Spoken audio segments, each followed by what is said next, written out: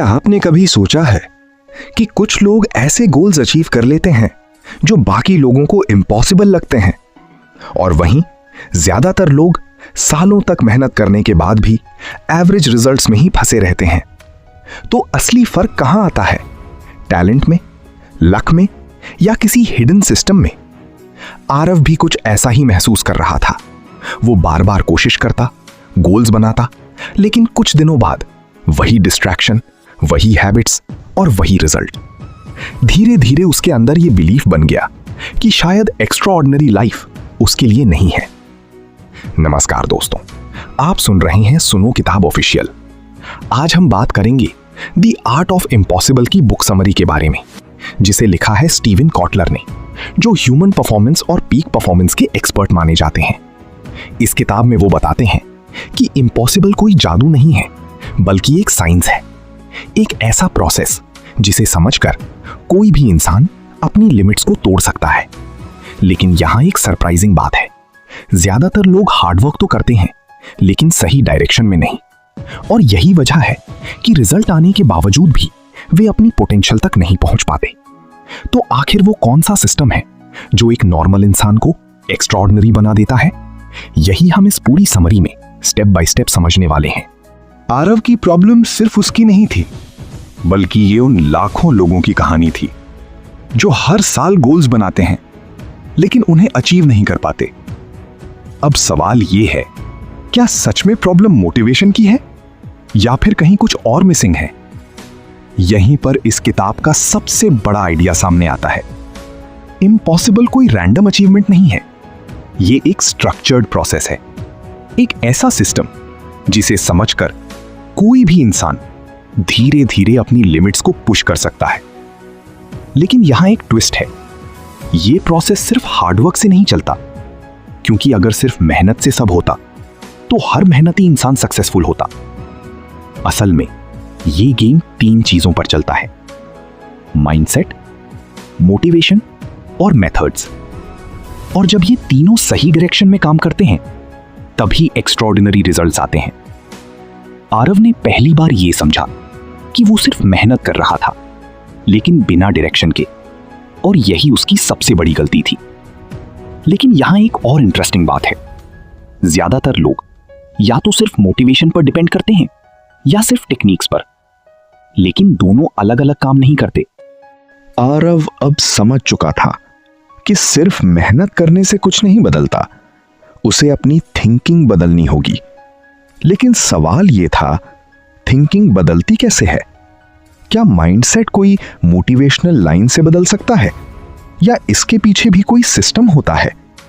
यहीं पर इस किताब का पहला पिलर सामने आता है, माइंडसेट। लेकिन यहां माइंडसेट का मतलब सिर्फ पॉजिटिव सोच नहीं है। असल में यह आपके बिलीफ सिस्टम की बात करता है। आप खुद को किस लेवल का इंसान मानते हैं? आपको लगता है कि आप कर सकते हैं या नहीं कर सकते? आरव ने ध्यान दिया कि हर बार जब वो कोई बड़ा गोल सोचता तो उसके दिमाग में एक आवाज आती, ये तेरे बस की बात नहीं है, और यही आवाज उसे शुरू करने से पहले ही रोक देती। अब सोचिए, अगर शुरुआत से पहले ही आप खुद को रोक देंगे तो रिजल्ट कैसे आएगा? यही वो जगह है जहां माइंडसेट गेम बदल देता है। इस किताब के अनुसार आपका ब्रेन हमेशा आपको सेफ रखने की कोशिश करता है, वो रिस्क नहीं लेना चाहता। इसीलिए जब भी आप कुछ बड़ा सोचते हैं वो आपको डाउट देता है, फियर देता है, और धीरे धीरे आप खुद ही अपने गोल से पीछे हट जाते हैं। लेकिन यहां एक पावरफुल इनसाइट है, अगर आप अपने ब्रेन को छोटे छोटे चैलेंजेस के थ्रू ट्रेन करें तो वही ब्रेन धीरे धीरे बिगर गोल्स एक्सेप्ट करने लगता है। जैसे अगर कोई इंसान कभी रनिंग नहीं करता तो 10 किलोमीटर दौड़ना उसके लिए इम्पॉसिबल लगेगा, लेकिन अगर वो रोज थोड़ा थोड़ा दौड़े, कुछ महीनों बाद वही डिस्टेंस पॉसिबल लगने लगता है। यही माइंडसेट शिफ्ट है। आरव ने पहली बार समझा कि प्रॉब्लम उसकी एबिलिटी नहीं थी, प्रॉब्लम ये थी कि उसका ब्रेन बड़े गोल्स को एक्सेप्ट ही नहीं कर रहा था। लेकिन यहां एक और ट्विस्ट है, सिर्फ माइंडसेट बदलना काफी नहीं है, क्योंकि कई लोग पॉजिटिव सोचते हैं फिर भी एक्शन नहीं लेते। तो आखिर मिसिंग क्या है? यही वो पॉइंट है जहां दूसरा पिलर आता है। आरव अब ये समझ चुका था कि माइंडसेट बदलना जरूरी है, लेकिन उसके अंदर एक और सवाल उठ रहा था। अगर मैं बिलीव भी कर लूं, तो क्या मैं कंसिस्टेंटली एक्शन ले पाऊंगा? क्योंकि असली स्ट्रगल यही होती है। शुरुआत तो हर कोई करता है, लेकिन कुछ दिनों बाद मोटिवेशन खत्म हो जाती है और फिर वही पुरानी लाइफ। यहीं पर इस किताब का दूसरा पिलर सामने आता है, मोटिवेशन। लेकिन यहां मोटिवेशन का मतलब सिर्फ इंस्पिरेशन नहीं है। यह एक बायोलॉजिकल प्रोसेस है जो आपके ब्रेन के अंदर होता है और इसे कंट्रोल किया जा सकता है। अब सोचिए, क्यों कभी कभी आपको काम करने का मन करता है और कभी बिल्कुल नहीं करता? क्या यह सिर्फ मूड है या इसके पीछे भी कोई साइंस है? इस किताब के अनुसार आपके ब्रेन में एक केमिकल होता है, डोपामीन, जो आपको ड्राइव देता है कुछ करने के लिए। लेकिन यहां एक सरप्राइजिंग बात है, डोपामीन सिर्फ रिवॉर्ड मिलने पर नहीं बढ़ता, बल्कि एंटिसिपेशन में बढ़ता है। मतलब जब आपको लगता है कि कुछ अच्छा मिलने वाला है, तभी आपका ब्रेन एक्टिव हो जाता है और यहीं पर गेम बदलता है। आरव ने नोटिस किया कि जब भी वो बहुत बड़ा गोल सोचता तो उसे डर लगता, क्योंकि ब्रेन को रिवॉर्ड बहुत दूर लगता था, इसलिए मोटिवेशन नहीं आती थी। लेकिन जब उसने गोल को छोटे पार्ट्स में तोड़ा तो हर स्टेप अचीवेबल लगने लगा और हर स्टेप के साथ उसे एक छोटा रिवॉर्ड फील हुआ, जिससे उसका डोपामीन लेवल बढ़ता गया और मोटिवेशन भी। यही रीजन है कि छोटे गोल्स लॉन्ग टर्म में बड़े रिजल्ट्स देते हैं। लेकिन यहां एक और ट्विस्ट है, सिर्फ डोपामीन समझ लेना काफी नहीं है, क्योंकि कई बार मोटिवेशन होने के बाद भी हम सही तरीके से काम नहीं करते। तो आखिर वो कौन सी चीज है जो एक्शन को सही डायरेक्शन देती है? यही वो पॉइंट है जहां तीसरा पिलर सामने आता है। अब तक आरव को यह समझ आ चुका था कि माइंडसेट डायरेक्शन देता है और मोटिवेशन एनर्जी देता है। लेकिन अब सबसे बड़ा सवाल था, क्या सिर्फ सोच और एनर्जी से रिजल्ट्स आ जाएंगे या इसके लिए कोई सही तरीका भी चाहिए? यहीं पर इस किताब का तीसरा पिलर सामने आता है, मेथड्स। मतलब आप काम कैसे करते हैं, क्योंकि गलत तरीके से किया गया हार्डवर्क सिर्फ थकान देता है, रिजल्ट नहीं। आरव ने नोटिस किया कि वो घंटों पढ़ाई करता था, लेकिन उसका फोकस बार बार टूट जाता था, कभी मोबाइल, कभी थॉट्स, कभी बोर्डम। और यही रीजन था कि उसकी प्रोग्रेस स्लो थी।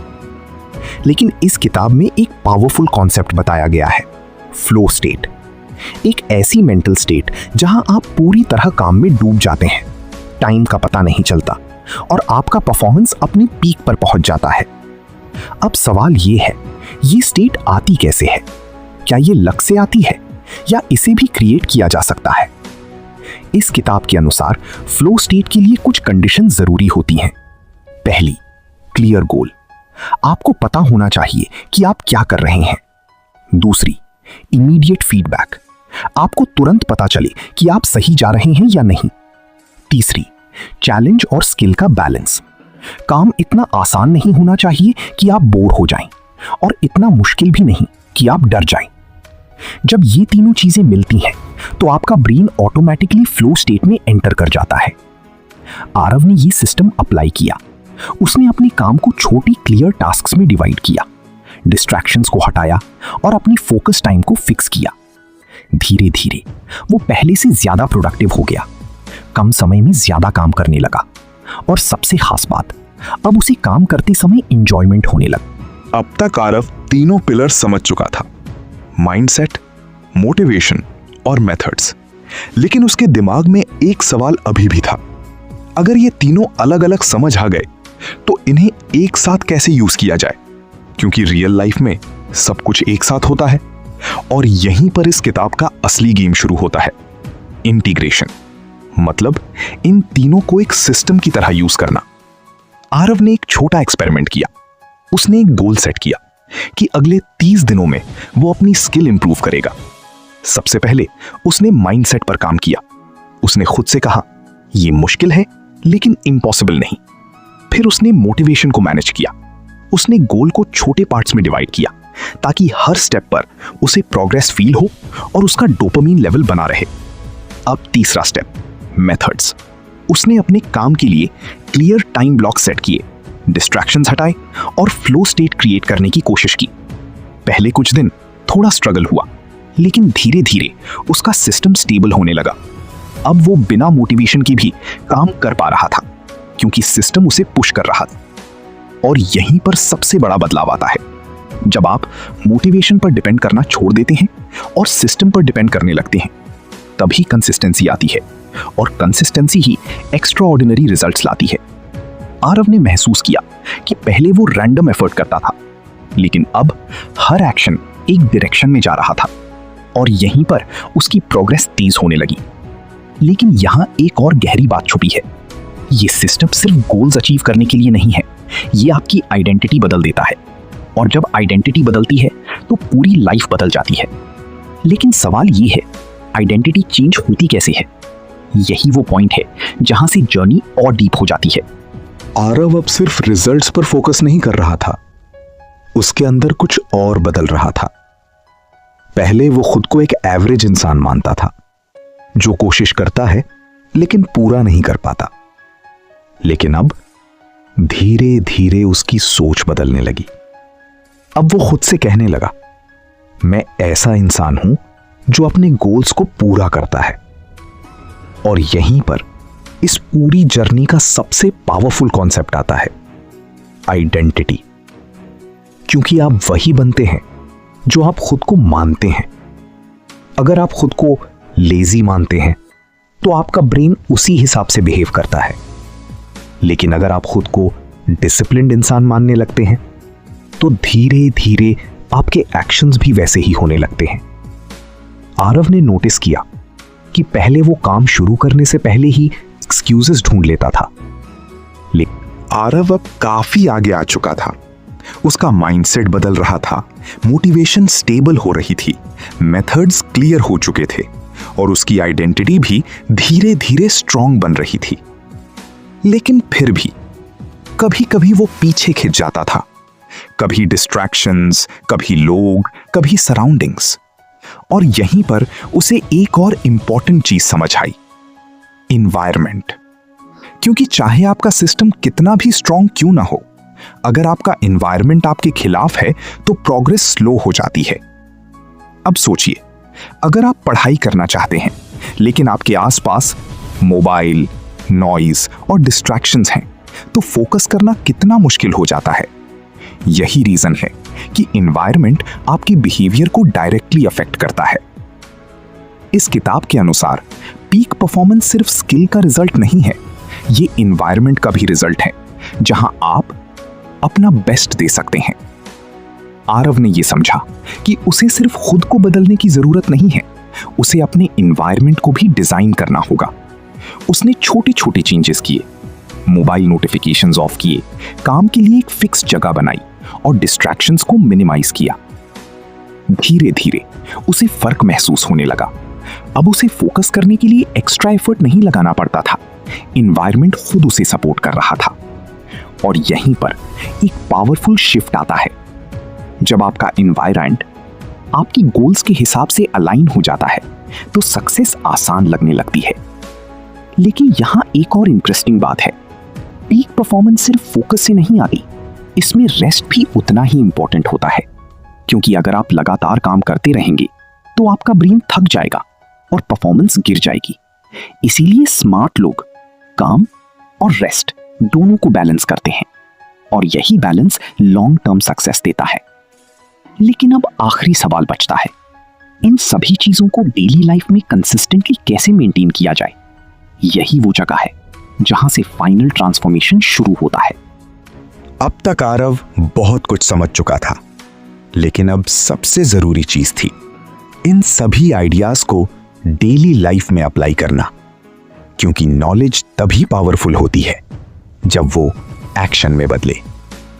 आरव ने डिसाइड किया कि वो एक सिंपल डेली सिस्टम फॉलो करेगा जिससे वो अपने गोल्स के करीब जा सके। पहला स्टेप, क्लियर गोल। उसने अपना गोल लिख लिया, एग्जैक्ट क्या अचीव करना है, क्योंकि बिना क्लैरिटी के ब्रेन फोकस नहीं कर पाता। दूसरा स्टेप, गोल को छोटे टास्क्स में तोड़ना ताकि हर दिन उसे प्रोग्रेस फील हो और मोटिवेशन बनी रहे। तीसरा स्टेप, टाइम ब्लॉक। उसने अपने दिन का एक फिक्स टाइम रखा जहां वो सिर्फ उसी काम पर फोकस करे, बिना किसी डिस्ट्रैक्शन के। चौथा स्टेप, एनवायरनमेंट डिजाइन। उसने अपने आसपास की चीजों को अपने गोल के हिसाब से सेट किया ताकि फोकस करना आसान हो जाए। पांचवा स्टेप, कंसिस्टेंसी। उसने खुद से प्रॉमिस किया कि चाहे मोटिवेशन हो या ना हो, वो रोज थोड़ा थोड़ा काम जरूर करेगा। और यहीं पर एक पावरफुल बदलाव आता है। जब आप परफेक्ट होने की कोशिश छोड़ देते हैं और कंसिस्टेंट होने पर फोकस करते हैं, तो रिजल्ट्स अपने आप आने लगते हैं। आरव ने यह भी समझा कि फेलियर कोई एंड नहीं है, ये फीडबैक है जो आपको बेटर बनाता है। हर बार जब वो फेल होता तो वो खुद से पूछता, मैं क्या इंप्रूव कर सकता हूं, और यहीं से उसकी ग्रोथ तेज होने लगी।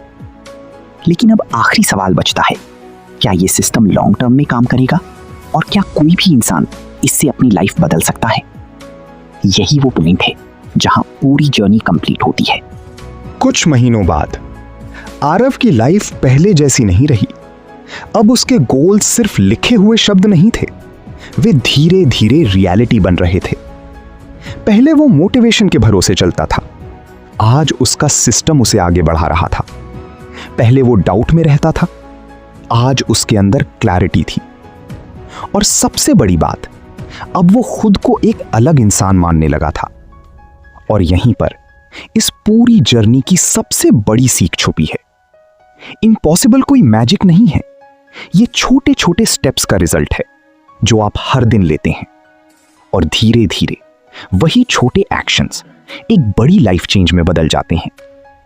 तो दोस्तों, अगर आप भी अपने गोल्स को अचीव करना चाहते हैं तो मोटिवेशन का इंतजार मत कीजिए, एक सिंपल सिस्टम बनाइए और उसे रोज फॉलो कीजिए, क्योंकि जब सिस्टम सही होता है तो रिजल्ट अपने आप आने लगता है।